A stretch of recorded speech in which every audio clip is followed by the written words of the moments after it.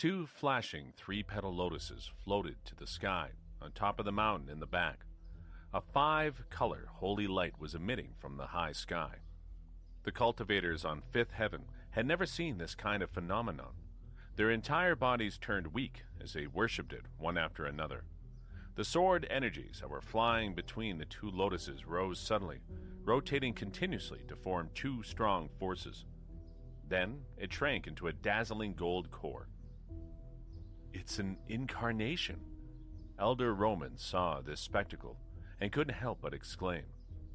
He had heard about a type of superior cultivation technique that could cultivate nature's essence outside of one's body and echo with heaven and earth. The phenomenon he was seeing now was undoubtedly a cultivator tempering his or her golden core outside of his or her body and taking in nature's essence directly from the surroundings. To be capable of doing this, the cultivator must be a master of masters. With a loud roar, a silver dragon rushed out from the back mountain and into the sky. It had no scales or horns. It was a chi dragon. This dragon was merely a projection, but it had a pressing aura. Vital soul. The vital soul of a dragon cultivator.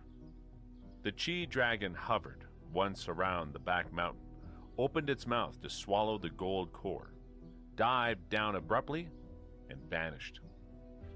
Inside the house, Jade and Julia felt a pure and immense nature essence returning to their bodies. Then, the four hands they were pressing on top of Jacob's silver dragon body couldn't endure this kind of energy and were pushed back. At the same time, the five-colored light beam that came from the upper heavens vanished gradually. Jade and Julia both felt that the spiritual sense that was powerful enough to cover a few heavens. It was vague, yet it seemed to be somewhat familiar. That old lady from the shabby old house. Jade and Julia looked at each other and thought of the same person at the same time. They had fought against the old woman and clearly knew that she had the strength of a four-petal lotus. Jade and Julia wouldn't be a match for her even if they were in their prime. They wanted to force the old woman into not getting involved with Jacob's matter, but they couldn't defeat her. Unexpectedly, this soul formation realm cultivator rescued them. Because Jade and Julia unleashed their natal spiritual lotuses and caused nature essence on Fifth Heaven to fluctuate significantly, the woman who was somewhere above Fifth Heaven sensed all this. The godly light that covered the back mountain started to withdraw. The sisters looked up, but they weren't able to sense the exact location of this cultivator. She might be on Sixth Heaven, Seventh Heaven, or even though she helped them, she had no intention of meeting them. The minds of the soul formation realm cultivators were unique. She might not be willing to help the next time, despite helping this time. She aided them probably because she was doing a favor for Kathy. The White Sand Sect's back mountain returned to normal. However, the cultivators who were on the ground didn't dare to move. Even though their strengths were weak, they could tell that if they got hit by that energy, even slightly, it would be enough for them to disappear 100 times. The silver dragon that occupied the bed emitted a soft light, indicating that Jacob's meridians were rehabilitating. Every single realm enhancement of dragon cultivators would come with tremendous change. Dragons were demon beasts in a sense, and the elevation in realms would stimulate their godly dragon bloodline and bring them more power. Master's consciousness is concealed. Isn't this a sign of him breaking through to the fourth level? Julia turned to look at Jade and asked. That soul formation realm cultivator left another surge of energy for Master. It's probably to help him achieve a breakthrough, Jade said. She was still nervous and didn't dare to relax just yet. The soft glow gradually grew brighter and brighter. On top of the head of the silver dragon, who was still covered by the curtain, two small bumps appeared. A dragon that had horns but didn't have scales was called a horned dragon. Unexpectedly, Jacob's dragon core evolved. and he became a horned dragon. The two small bumps still didn't break through the skin, and the extraordinarily pure yet potent energy lurked inside the body of the dragon. The soft glow started to gradually disappear, and the silver dragon slowly turned back into its human form. The curtain that Jade put on top of Jacob was now just covering up to his waist. Even so, Julia's face turned red, and she turned away for the respect of her master. Jade walked outside of the room and saw a robe in the courtyard. She picked it up and returned to the room. She gently laid the robe next to him on the bed, so that he could wear it whenever he woke up, and pulled the blanket to cover him up. Time passed by slowly. "Sis, it's been half an hour, and Master's still not awake." Julia broke the silence and said in a whisper. Jade put her hand on Jacob's wrist. "The meridians in Master's body are normal." After a while, Jacob slowly exhaled. He opened his eyes and closed them back immediately because of the brightness. He then took a deep breath and tried again, but slowly. When he finally was able to clear out the blurriness of his eyes, the first thing he saw was two people staring at his face from above. "Master?" Julia, who stood on the side, called out in a light voice. Her voice gave him a hint, and he was sure that the two people were Jade and Julia. "Where am I?" Jacob asked, as his head was still dizzy. Jade answered, "We're on fifth heaven." Jacob nodded slightly. He instantly circulated the nature essence according to the sword shadow scroll to check the condition of his body. Several hundred acupoints and dozens of meridians were unimpeded, and there were slight changes to the dragon core. The thin sword energies re-entered the dragon core to check the condition of the openings. 120 openings. There were just enough openings for him to reach 4th level. Jacob, who just reached 4th level, rechecked his body in a hurry. He realized that not only did the dragon core not receive any damage, but more openings appeared, making his dragon core contain 120 openings. He distinctly remembered that the elders from the South Atlantic were about to damage his parents' car, and he used the lightning inside his meridians to evoke the potential of the dragon core in a hurry, and created many openings by damaging the dragon core. His realm reached 5th level, and he was able to transform into a dragon and fight with the 16 5th-level elders. According to norms, this reckless approach should definitely cause irreversible harm to the dragon core. "Where are my mom and dad?" Jacob supported himself before asking them. "Your parents are safe," Jade and Julia replied. Jacob nodded and asked, "What happened afterward?" "After the tough fight, you fainted. Julia and I rescued you and brought you to 5th heaven," Jade said. "I had a dream. My consciousness was scattered into the sword energies, and my sword energies flew in between two godly lotuses. Then I transformed into a dragon again, and I swallowed a golden core," Jacob said. "You are very fortunate. Your cultivation progress didn't fall back, but increased instead. Such great news." Jade's eyes curved as she smiled happily and said. Jacob glanced at her powerlessly and said, "Stop flattering me. You guys didn't lose anything, did you?" "Master, our cultivation progress also didn't fall back, but increased as well," Jade said in a joyful tone. Jacob thought, was that the so-called dual cultivation? However, he immediately buried that thought when it came to his mind. He thought of the feeling when he transformed into a dragon. That sensation of power was far beyond what he had now. Some sort of chaotic essence was injected into his dragon core. Jacob thought about transforming into a dragon, and he suddenly felt like he could turn into a dragon and fly in the sky if he wanted. "Master, as long as you have successfully transformed into a dragon once and obtained the feeling, you can do it again in the future." Seeing Jacob thinking about something, Julia excitedly took half a step forward and said,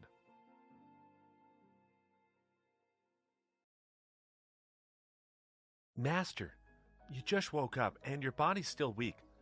I'll go grab some supplements for you. Jade pushed open the door, walked toward the direction of the Grand Palace, and shout with nature essence empowering her voice. Whoever's in charge here, send me the best elixir pills quickly. The shout of an Ascent Soul Realm cultivator resonated in the entire White Sand sect. Elder Roman didn't dare to neglect this command. He went into the elixir-making building at his fastest speed and delivered 3 level 4 elixir pills to Jade. These are all you have? Jade looked down at Elder Roman. These are the best elixirs that we have. Elder Roman's legs were trembling as he replied. You can go now. Jade looked at him in dissatisfaction and knew that the sects on Fifth Heaven actually wouldn't be able to have good elixir pills. She turned around and headed back into the room. Master, I only obtained 3 elixir pills. Hurry up and take these. Jade handed the elixir pills to Jacob. Jacob shook his head as he smiled and put the 3 elixir pills in the box into his mouth. Level 4 elixir pills were considered superior elixirs. The effects of these 3 elixir pills were more than enough to make up for the natural essence that Jacob lost. Jade and Julia brought Jacob to Fifth Heaven to heal. First of all, the essence intensity here was high, making it a good place for recovery. Second of all, they could ask the sects to run errands for them and didn't need to waste their own time. Jacob's dragon core warmed up, but the cost to the White Sand sect made Elder Roman want to hit his head against the wall. The 3 level 4 elixir pills were the rewards saved up by the White Sand sect for servicing 6 Heaven Sky Mountain sect for 300 years. Yet Jacob squandered White Sand sect's 300 years of savings in the blink of an eye. The nature essence required by 4th level was filled, and Jacob released his sword energies, which grouped themselves into 3 buckets. They dashed out of the room by piercing through the cracks of the house, and the power of every single sword energy was twice as strong compared to before. The Heaven-Earth Array Formation. 320 sword energies illuminated the sky. Let's go. Jacob didn't want to stay here any longer and wanted to check out the situation on First Heaven. He went through the gap in the roof and flew away. Jade and Julia followed right after Jacob and flew beside each other. Elder Roman, who waited beside the back mountain, finally saw the dragon cultivator's appearance. Elder Roman suddenly took 5 to 6 steps back. This cultivator. Isn't he the one who led a young female cultivator and made a mess in the sect? The Ascent Soul Realm cultivators are only his maids? What is his identity? Jacob soared into the sky and realized that he was in the White Sand sect, a place he visited before. He instantly took back his original thoughts of dropping a few top-tier spirit stones as compensation. 320 sword energies encircled the 3 of them, following them and leaving promptly. Even the cultivators in the Ascent Soul Realm probably couldn't do this. At this moment, Elder Roman deeply regretted provoking this mysterious young cultivator. Judging from the spirit lotus that came out of his body, and the godly light that came down from higher heavens, this young-looking cultivator might be a legendary soul formation realm cultivator. Since he is a dragon, he must be in the heavenly dragon realm, he thought. Jacob and his sisters broke through the array formation between 5th Heaven and 4th Heaven, and quickly returned to 1st Heaven through the clouds. This Jacob wasn't the same Jacob from a few hours ago. His every move could unleash a sword array formation that was comparable to the power of a lower-tier Ascent Soul Realm cultivator. Jacob's dragon core got shattered and restructured, and his strength underwent a drastic change as well. His red Ferrari was still parked on the side of the street. When Jacob went looking for Walter and Mila in a hurry, he left the keys in the car. Jacob rushed into the car like a shooting star, and Jade and Julia also followed him inside the vehicle. My clothes, damn! Jacob just realized that he was still wearing the gorgeous robe that he had changed into after he first woke up. Jacob remembered that there was another set of spare clothes in the car, so he took them out and went into the woods by the side of the road to change. He then returned to the car, started the vehicle, and drove back towards the house by the ocean. Sophie must be extremely worried when she lost contact with him. Nonetheless, Jacob still had to think about Walter and Mila. He couldn't fly back and could only drive back as soon as possible. The rainstorm had stopped, but Jacob didn't know how the battle between the North and South Atlantic went. The Ferrari left waves of water on the highway and brought Jacob and the two sisters back to the house. It was bright in the house. Jacob drove the Ferrari into the garage and was relieved when he saw the white Ford there. Hearing noises made by the engine of the Ferrari coming from the garage, Sophie rushed to the door immediately. Seeing that Jacob was safe with Jade and Julia, Sophie put her palm on her chest and sighed out of relief. She had returned to the house to call the sisters, who had flown out much faster than Snowflake, and by the time she got back to the scene, there was no one there anymore. She rode Snowflake for an hour in the sky and couldn't find a trace of Jacob. She panicked when he didn't pick up his cell phone either. Walter's white Ford was sent back to the house under the escort of the rescue team, and she didn't want to cause any more worries and could only return home and wait for Jacob there. She walked out of the door, ran to Jacob, and rolled up her sleeve to use her clothes to wipe off the sweat and raindrops on Jacob's face. "Where were you? How come it took you so long?" She tried to sound angry at him, but her sweet gesture and worried face completely betrayed her. The warmth made Jacob, who was standing in the cold wind, feel touched. At this moment, the silence was more expressive than words. "Come inside. It's cold out here." After wiping off the sweat on Jacob's face, she pulled on Jacob's wrist slightly and dragged him inside the house. Jade and Julia, who were still standing outside, covered their mouths and giggled at the princess's worry. Then the two of them turned into two rays of blue light dashed away. It was close to midnight now, and they didn't want to disturb Jacob's family. Jacob turned around, saw Jade and Julia leaving, and nodded slightly. The sisters seemed very playful, but they had done more than enough in the name of payback. "You're back, Jacob." Grandma, who was waiting anxiously, stood up from the couch immediately. "I'm fine, Grandma." Jacob walked over quickly and supported Grandma. Grandma was excited and didn't notice that Jacob's clothes weren't the same clothes he wore earlier. Seeing that he was unharmed, she kept patting her chest and tried to relax. Snowflake kept on going around Jacob's heels. He had an intimate relationship with him and was undoubtedly worried about his safety. Noah, who returned to the house with Walter and Mila, held a cup of hot tea and looked at the reunion of Jacob's family quietly. If Jacob didn't unleash a power that was beyond his control, Noah would have revealed his demon beast form under the rage. Kathy, who was sitting beside Noah, suddenly felt that a weight had been lifted off of her chest as soon as she saw Jacob enter inside in one piece. She had no idea about the war or the little encounter Jacob had earlier, or that Jacob could now transform into a dragon. But she had guessed that something must have gone wrong when he didn't return. There was no way that an advanced cultivator like Jacob would get lost in the storm. She said a silent prayer in her head to thank God for his safe return and prayed that whatever had gone wrong earlier was over now. If only she knew that the actual war hadn't even begun yet. "Come on, nothing happened to your mom and me. Why did you come and look for us? Not to mention you also brought Sophie out. It's very dangerous to drive in the rain." Walter saw that Jacob returned and scolded him lightly. He had been very worried to find out about his son's reckless action. 2 hours ago, the rescue team found their car that was stuck on the highway. When they found out that the Browns were the people trapped there, they immediately raised the alert by 10 times and guarded them back to the house.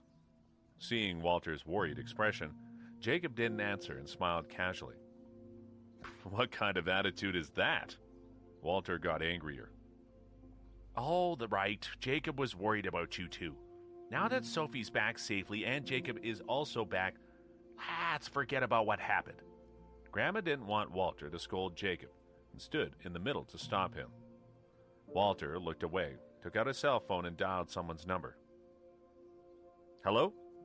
Captain. It's fine. My son is back. Sorry to bother you so late. Good. I'm glad everything's fine. A middle-aged man's polite voice came from the other side of the phone. Walter returned home, found out that Jacob hadn't been back for a few hours, and directly called their area's police captain.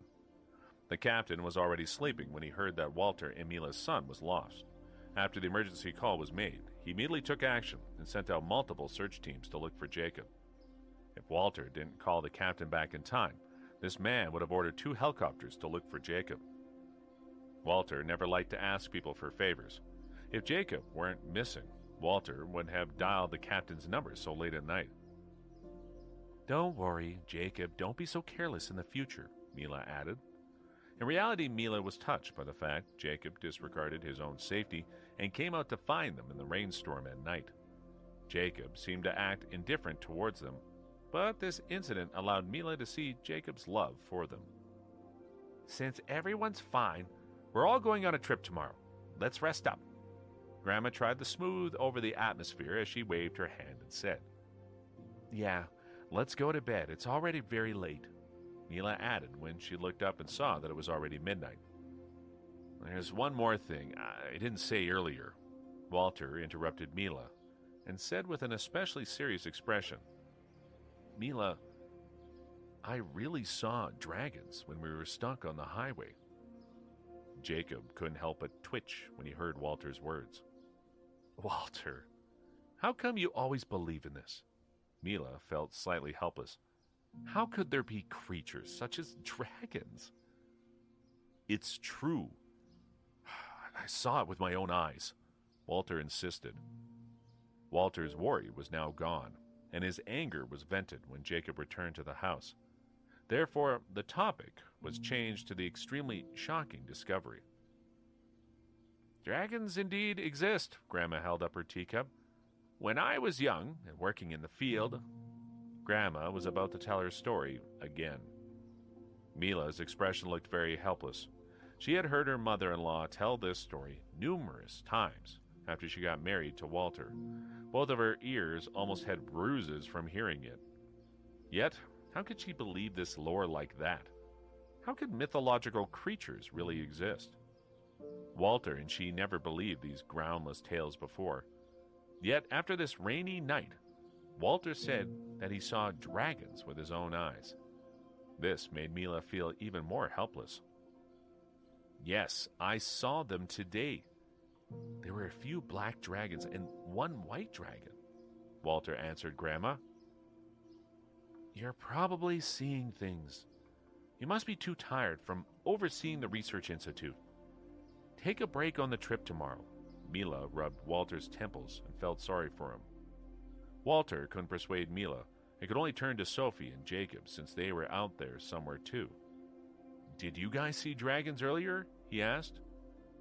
Sophie and Jacob looked at each other and then looked at Walter as they shook their heads. Walter sighed and asked him again, Then do you believe in the existence of dragons in this world? Sophie and Jacob looked at each other and then looked at Walter as they shook their heads again. Walter was at a loss for words and asked again, Jacob, you were just outside. Are you sure you didn't see the dragons in the clouds? No. Jacob hesitated for a few seconds and replied. Walter stood in the living room stiffly and felt like he was isolated. He was a top-tier biologist in the world. Yet at this moment, he seemed to represent ignorance, and other non-professionals appeared to represent the truth. Walter, don't worry. I support you. There must be dragons. Grandma stood beside Walter and said firmly.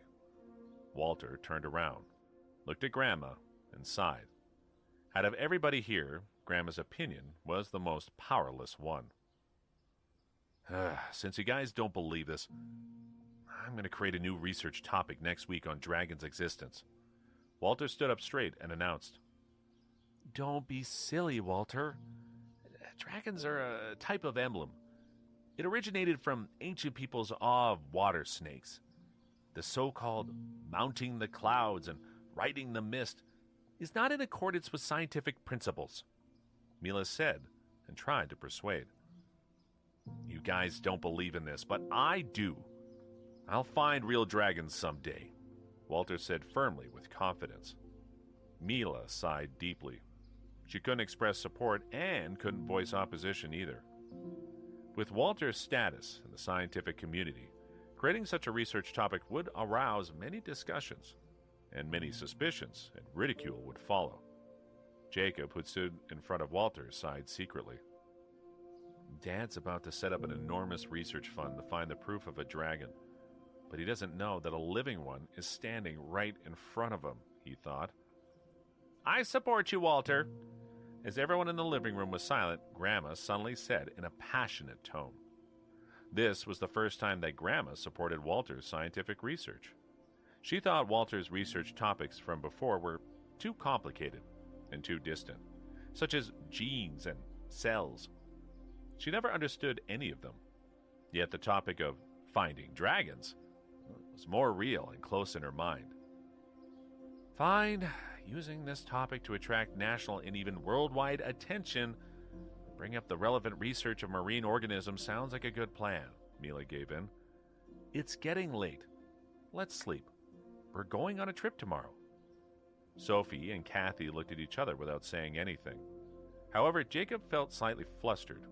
With Walter's reputation in the scientific community, could he actually discover the dragon cultivators by utilizing high tech? Let's sleep, Snowflake, Noah whistled at Snowflake, and Snowflake jumped up and followed Noah into the bedroom. At this moment, the surface in the middle of the ocean, that was hundreds of miles away from the house, suddenly exploded.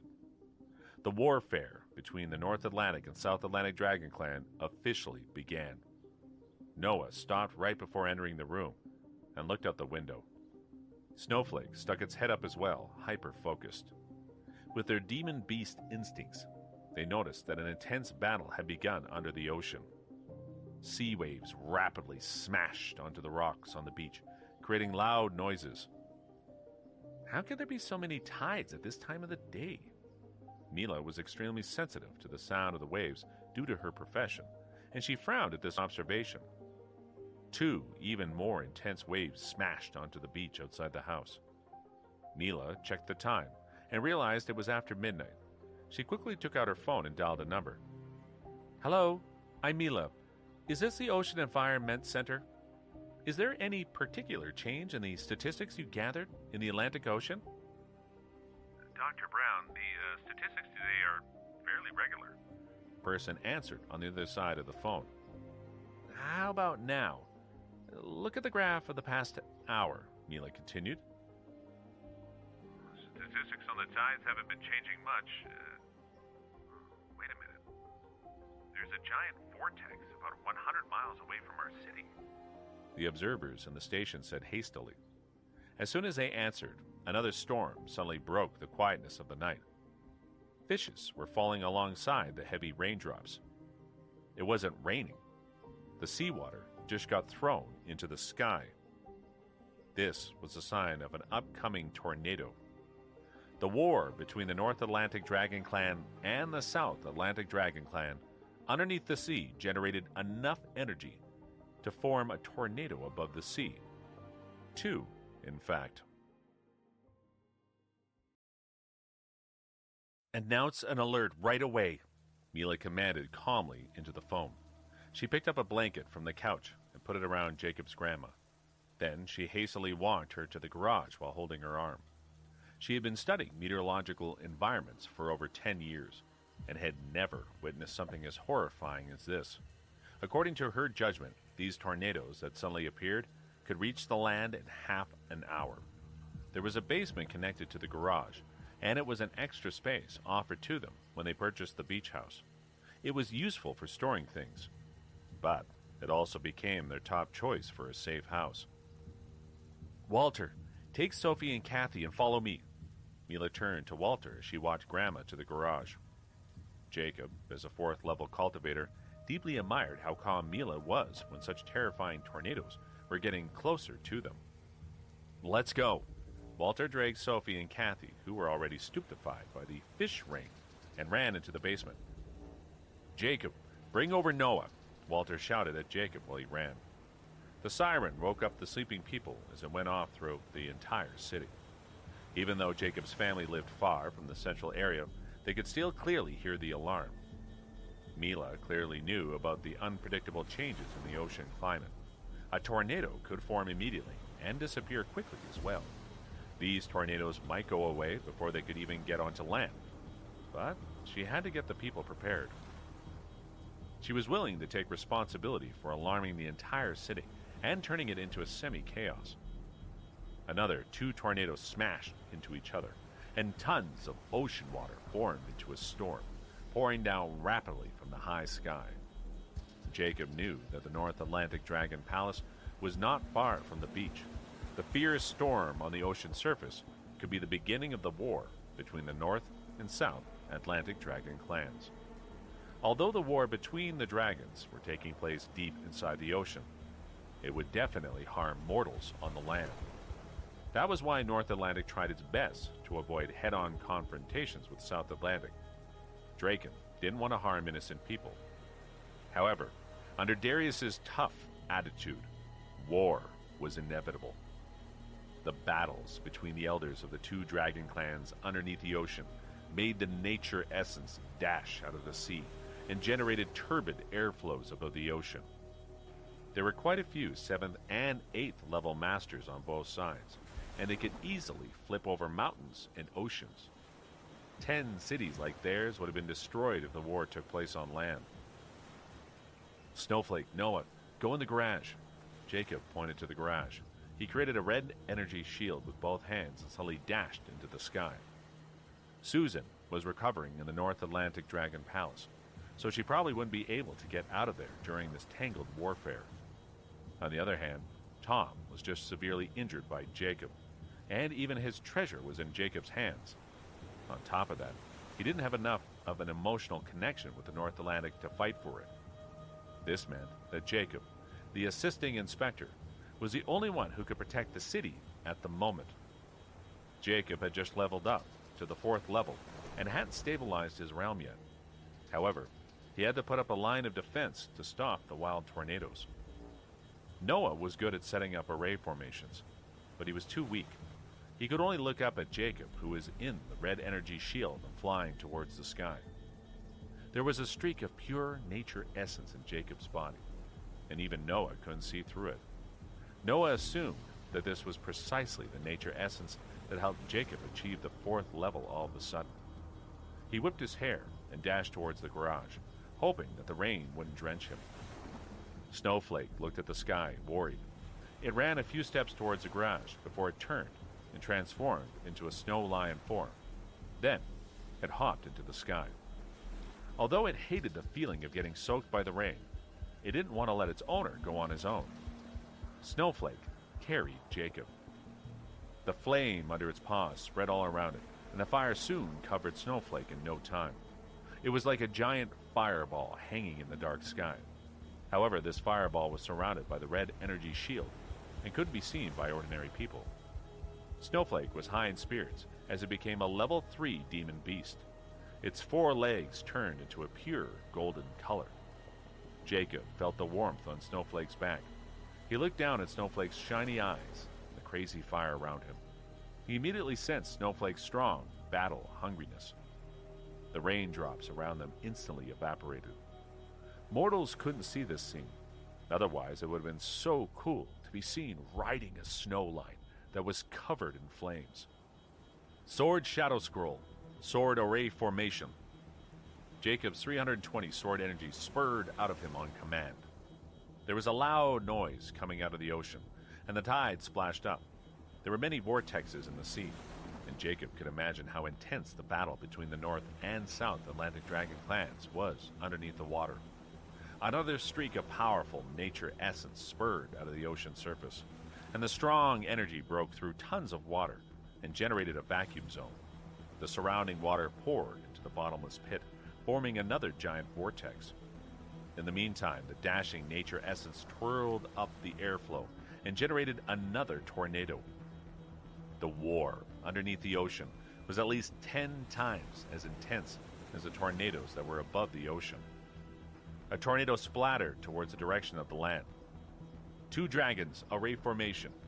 Jacob flicked his fingers, and the 320 sword energies dashed towards the tornado.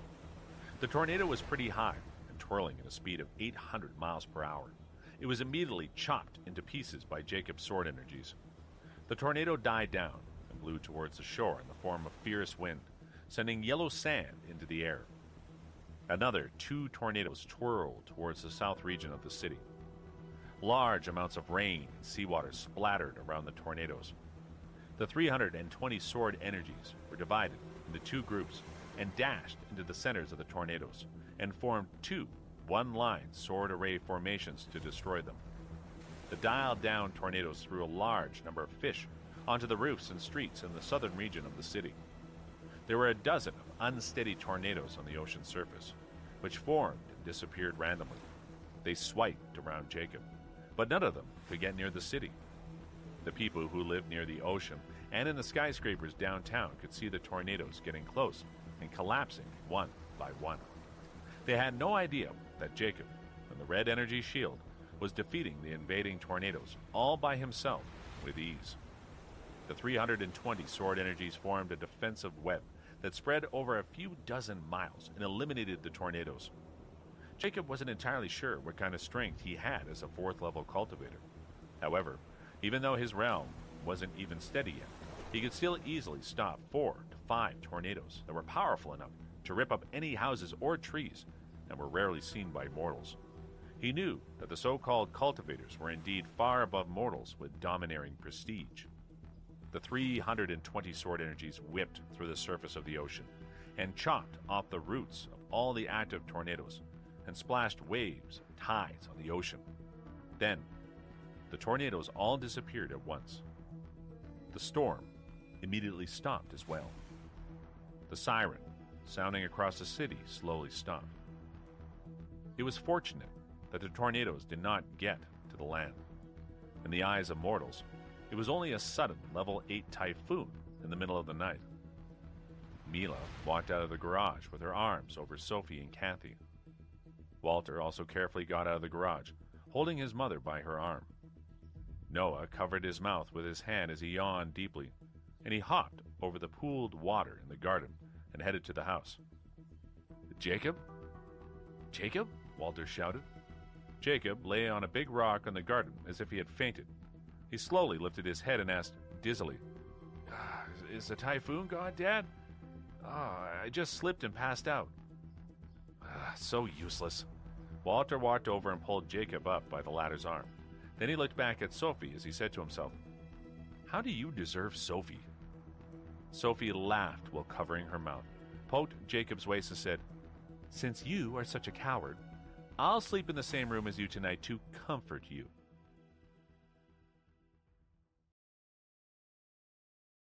All right. Sophie can sleep in Jacob's room tonight." Grandma walked over and said with a smile before Jacob could respond. Sophie was also teasing Jacob. However, she blushed and hid beside Jacob after hearing the comment. "The weather just now was so terrifying." Grandma looked up and sighed. Walter wanted to point out that it was inappropriate for Sophie and Jacob to sleep in the same room. However, since Grandma suddenly changed the topic, he nodded and replied, "Mila said that the climate in our area is a little abnormal. In my opinion, the seaside's not very safe. Mila and I will check out some places in the central area in a few days and we can move." "Don't worry about it." Grandma shook her head immediately. "The Dragon King is protecting our city. Even if it gets more dangerous than today, the Dragon King can assure our safety." Mila shook her head at Grandma's comment, and Walter didn't know what to say either. Walter now believed in the existence of dragons, but that didn't mean he had the same belief as his mother. "Our city has been comfortable to live in for hundreds of years. There have never been natural disasters such as floods, droughts, and windstorms. This is all thanks to the Dragon King, who has been protecting the people," Grandma continued. Jacob would definitely think that this was a superstition of the older generation, if it were before. But now, Jacob knew that Sophie's dad, Draken, had indeed been protecting the safety of the area. "Mom, it's already late. The tornadoes came in quickly and disappeared fast as well. It'll be calm over the next couple of hours. Let's go back inside and get some rest." Mila would never believe Grandma's explanation. She lightly nudged Grandma back and walked her into the house. Jacob and the others followed them into the house as well. Since all the tornadoes were destroyed a dozen miles away from the coast, there was only wild wind left. The homes along the coastline didn't experience too much damage. Kathy and Noah each went towards their rooms on the first floor, and Jacob walked to the staircase as Sophie followed him in her soaked clothes. Jacob looked back at her, and she looked at him as well. "Walter and Mila, you guys should go to sleep too. You will need to take everyone out on a trip tomorrow," Grandma said to them as she walked to her room. "Okay, Mom," Mila replied politely before she dragged Walter into their room. Walter wanted to separate Jacob and Sophie, but he had no chance to do anything about it. Mila and Grandma were on the same side when it came to Sophie. They both wanted them to get along better. After all, they trusted Jacob. Over 10 tornadoes were going crazy on the surface of the ocean, and 4 or 5 of them blew towards land. Sophie thought the city would be in deep trouble, but Jacob easily cut all those tornadoes. It made her admire Jacob deeply. When Jacob and Sophie entered the room, they were welcomed by comfortable warmth. Sophie took her wet shoes off and turned to Jacob to ask for something to change into. She was already wearing Kathy's clothes from before, but now she needed to change again, and she didn't feel like going all the way to her room to ask for them. "Give me some clothes. It's too cold," she shivered while complaining. Jacob picked out his most comfortable and smallest hoodie and sweats for her to change into.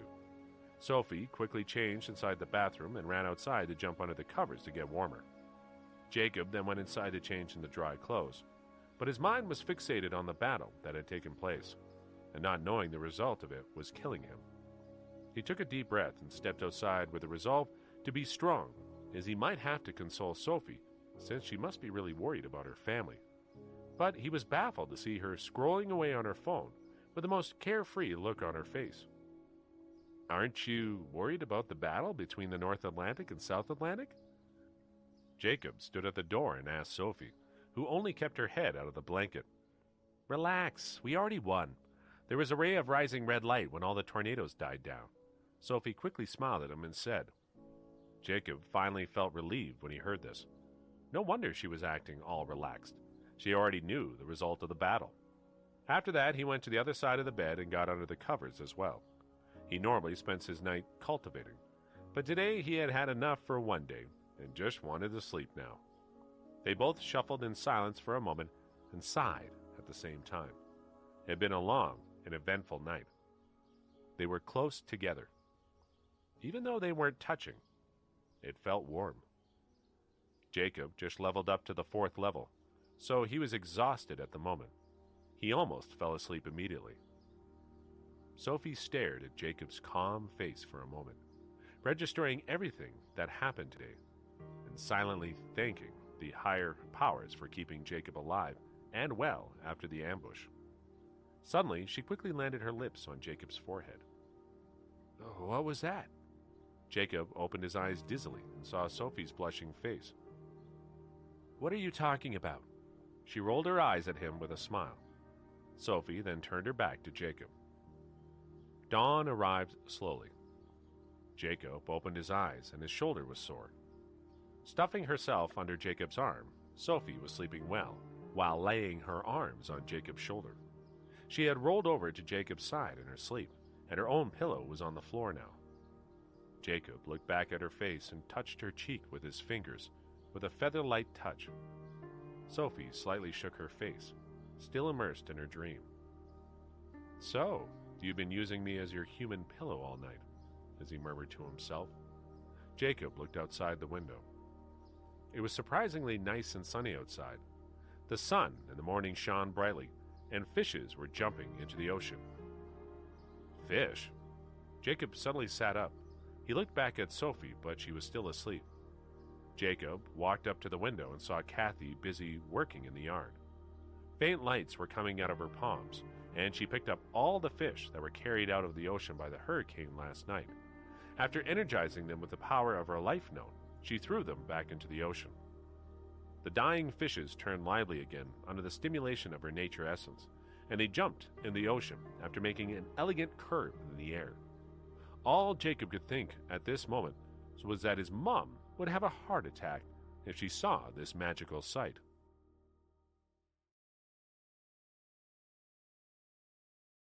Far away, under the surface of the ocean, there was the South Atlantic Dragon Palace. Stepping on 2 dashes of white light, Jade and Julia arrived at the palace's front gate. The collapsed front gate had been rebuilt, and the glittering plaque had also been put up on the top of the gate. Most of the collapsed walls were still not fixed, and massive palaces were still destroyed and not rebuilt. When Jacob and Noah sneak attacked the South Atlantic Dragon Palace last time, they tore down nearly half of the buildings. Right now, the structures were being built at Grand Master Hank's request, but there were still some significant plazas and palaces that hadn't been built yet. The South Atlantic Dragon Palace was empty at the moment, since Hank brought the troop to the North Atlantic Dragon Palace for an ambush. There weren't any elders or troops in the palace at the moment. Grand Master Hank brought all the troops and forces with him because he was eager to rescue his grandson. He assumed that nobody would be brave enough to attack his home base. However, he would never expect Jade and Julia to show up at this time. "How dare you expose our master to danger?"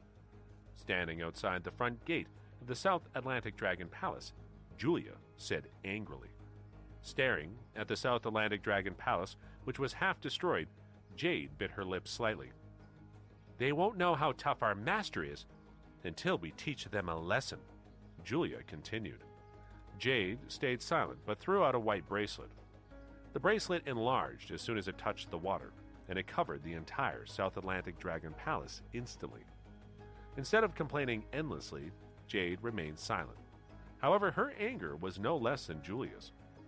As a white light rose, every dark corner was lit up as if there was a sun rising from the bottom of the ocean.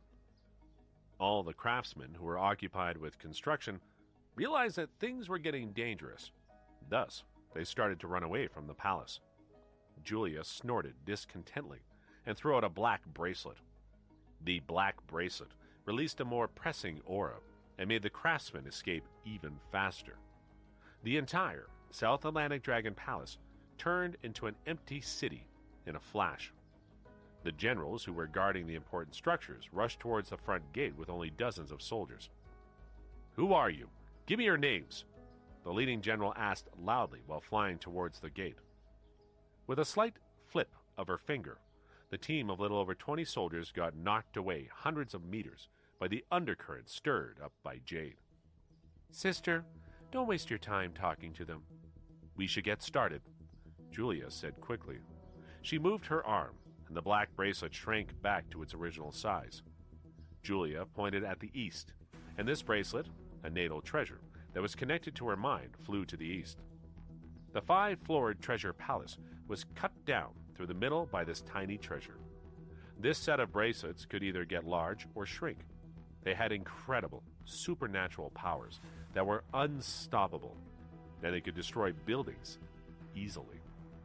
Julia started first, then Jade followed her, and waved her fingers to control the movement of the white bracelet. Another magnificent palace was cut in half immediately. Both the black and white bracelets were moving rapidly in the South Atlantic Dragon Palace. Each hit represented the discontent in Jade and Julia's mind. The collapse of the building led to the violent movements of the currents of the ocean around them, and all the ray formations in the Dragon Palace were destroyed entirely as well. Wherever the black and white bracelets went, all the walls and pillars were turned into ashes, no matter how hard they were. This was the most devastating tragedy the South Atlantic Dragon Palace had ever experienced. The black and white bracelets smashed a huge hole in the ground. Without the protection of the array formation, seawater flooded down the hole, and the South Atlantic Dragon Palace was left in an even bigger mess. All the structures were wiped out. "That's what they get for attacking our master." After kicking the gravel and realizing that there was nothing more to destroy, Julia grabbed Jade's wrist and said, "Let's get going now." "You feel better now?" Rubbing Julia's head slightly, Jade held her sister's hand and flew towards the surface of the ocean quickly. Jade knew Julia liked the back of her hand. Julia was very soft and sweet most of the time, but once she got mad, even a level 10 demon beast wouldn't be able to stop her. After the devastating demolition, all the buildings in the South Atlantic Dragon Palace turned into ruins. Not even a single beam survived. It wasn't hard to imagine the look on Grandmaster Hank's face when he comes back to his home base with his defeated troops. On the other side, Jacob was having breakfast with his family. The day was sunny and calm, a stark contrast to the previous night. Even though they were all exhausted after the late night, they agreed that a picnic would be a good change of pace. "Your master is Irene? Is probably above fifth heaven," Jacob said to Kathy while eating. "How do you know?" Kathy asked in a hurry. She got very excited listening to the old woman's name. "I'm not too sure, but I felt like a familiar energy helped me to break through," Jacob said. "It might be possible for me to see her again if she's on sixth heaven," Kathy said after a while pondering. She missed Irene a lot, and she hoped that she could meet her again. In Kathy's heart, she understood the reason why Irene said that they would probably never meet again. Her body type and cultivation talent were too poor. Therefore, she probably could only stay in the mortal world and could never see her master again. In terms of cultivation, she was the weakest one as well as the most stressed one. Sophie, Jacob, Noah, Jade, and Julia were all 100 times better than her. She wouldn't be able to get into their realm if she didn't put in more effort. After everything was ready, Jacob's family gathered in the living room.